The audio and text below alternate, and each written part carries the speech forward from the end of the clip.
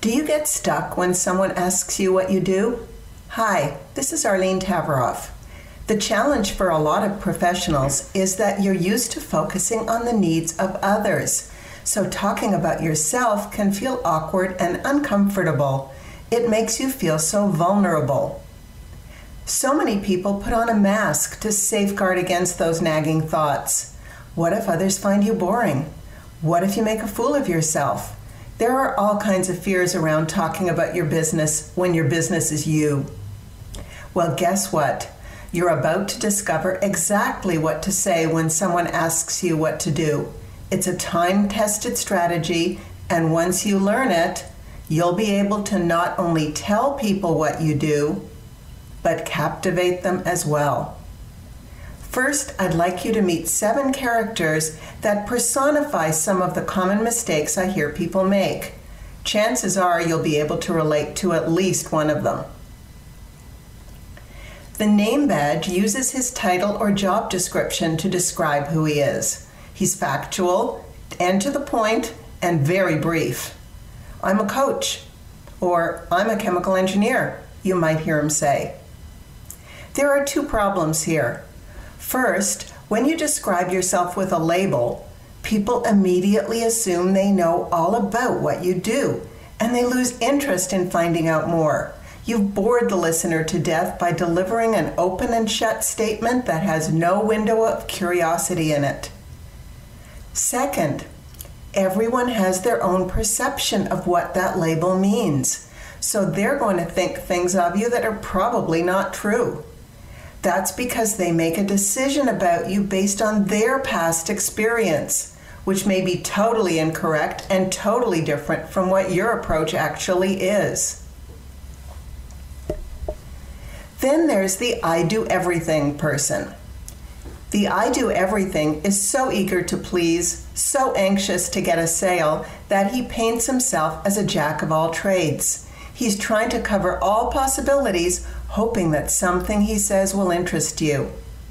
He's reaching out in all directions, giving you a menu of services to choose from. He might say something like, I do a lot of wedding photography these days, but I'm also helping companies write website copy, and sometimes I do public speaking workshops. I like the variety and I enjoy doing different things. The problem is that the I do everything person is wearing too many hats. He lacks both a clear expertise and a clear focus. So he often comes out sounding confusing and a bit desperate. He certainly does not evoke confidence. If this tends to be you, try asking your listener some questions first so you understand his situation. Then you can focus on one of your areas of expertise that's most pertinent. The I love to talk person. This is the person who loves what he does and is genuinely enthusiastic about explaining it all to you. He uses long sentences, way too much jargon, and goes into way more detail than is necessary. He's more interested in the subject matter than the needs of the potential client who he's talking to. As a result, the listener quickly loses interest and looks for ways to escape instead of listen. The fix here is to understand that your listener cares only about how he benefits from what you do. The details of how you do it are usually not a concern to him. The peacock or name dropper comes next.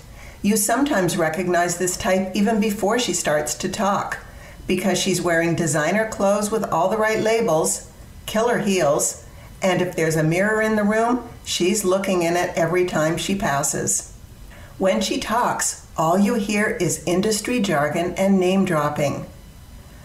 Although she's doing this to try to sound credible, she actually comes off as a name dropper, more interested in herself than her listener. The fix is to talk at the level of your listener and make your pitch about him, not you. So if you're a software company developing cloud applications, you might start off by asking a question like, You know how sometimes you have something on your computer in your office, but you're at a client's now, and you wish you could access a certain file? Well, we develop a way to do that. That kind of questioning techniques makes your technology accessible and relevant to your listener. The paper pusher comes next. A lot of professionals use this technique. They're so used to servicing others and so afraid of sounding salesy that when you ask them to explain what they do, they shove a brochure in your face. Here, read this. The fix is to get over those fears. Remember, all your brilliant skills are absolutely useless if the world doesn't know what you do. Use the strategy you're about to learn. It will make it easy to talk about what you do. The closer comes next. Did you ever meet someone at a networking event and before you know it, he's planning a joint venture together with you or asking when he should deliver that new product of his that he knows you'll love? Get the idea? I'm sure you've met this guy before. He's always on the prowl. He arrives at your door and barges in without knocking. He makes grand promises without ever listening to whether your needs match his service. It's all about him. The fix here is to stop talking and listen. When you understand a client's needs, you don't have to sell aggressively. Your service will sell itself when you find the overlap between your client's needs and your offerings. We live in a world of permission marketing. Knock before you enter. The cutesy. The cutesy is not really comfortable talking with people, and she often muddles up her words. So she compensates by creating a really nifty sounding blurb using a tacky or difficult to understand metaphor. For example, I am your tree of knowledge. To make matters worse, she memorizes it. She delivers it flawlessly, but it sounds fake and canned, and it didn't quite answer what you asked. Don't confuse your listener. Don't make her feel awkward. You don't have to sound cutesy and clever to capture attention. Here's what you do need to do when you talk about your business. First, reveal what's special about you. Discover and share what makes you you. Open up and get vulnerable. It's not unprofessional, it's human. Tell your story. Second, you need to optimize your marketing message for the benefit of the listener. Plug into his or her needs and tell her what's in it for her. Thirdly, connect with the emotions and the challenges of your ideal client. Show him you understand what he's going through, how he feels, and how it could be instead. Fourth, keep the listener wanting to hear more. Don't tell him everything all at once. It's a conversation you're starting, not a monologue. And lastly, stay professional, stay authentic. It's not about hype, it's about you and who you really are. Adapt everything to stay true to your own personal style. The big question is, how do you do all this? The strategy is actually quite simple. You need to focus on 3 things: your target market, the result you achieve, and the ultimate benefit of that result. It goes together in a sentence like this: I help my target market accomplish this and this so that they benefit in a certain way. Or it can go straight to the benefit. I help this particular person to achieve this particular happy ending. The format is simple, but finding the answers to what's in the brackets may take a while. Ask your friends, spouses, or even your longtime clients for input, or just stay quiet and do some journaling. Whatever method you use, it's essential to know who you best work with and what you help them accomplish. Be really, really clear on that. And even more important, you need to nail down the benefit of that accomplishment. Often it's an emotion or feeling, or maybe a lifestyle concept like feeling free. Sometimes you need to say it all in one sentence, and it can be done. Other times you can have the time to use a story to amplify your message. Here are some examples of how these elements can weave together. A web designer might say, I create websites that help small businesses to bring in targeted leads. Sometimes it helps to engage your listener by asking a question first, then answering it.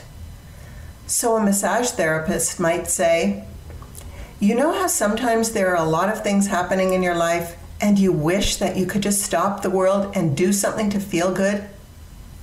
Well, we offer busy executives a combination of massage therapy and compassionate discussion.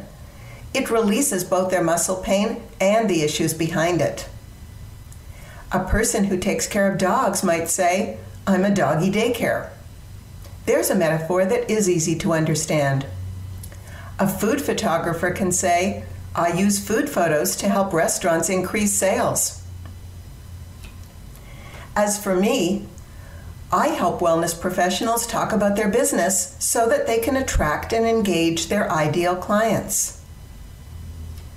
There's a lot more variations and possibilities, but ultimately the idea is to create interest and draw people into your benefits so that they ask how and want to learn more.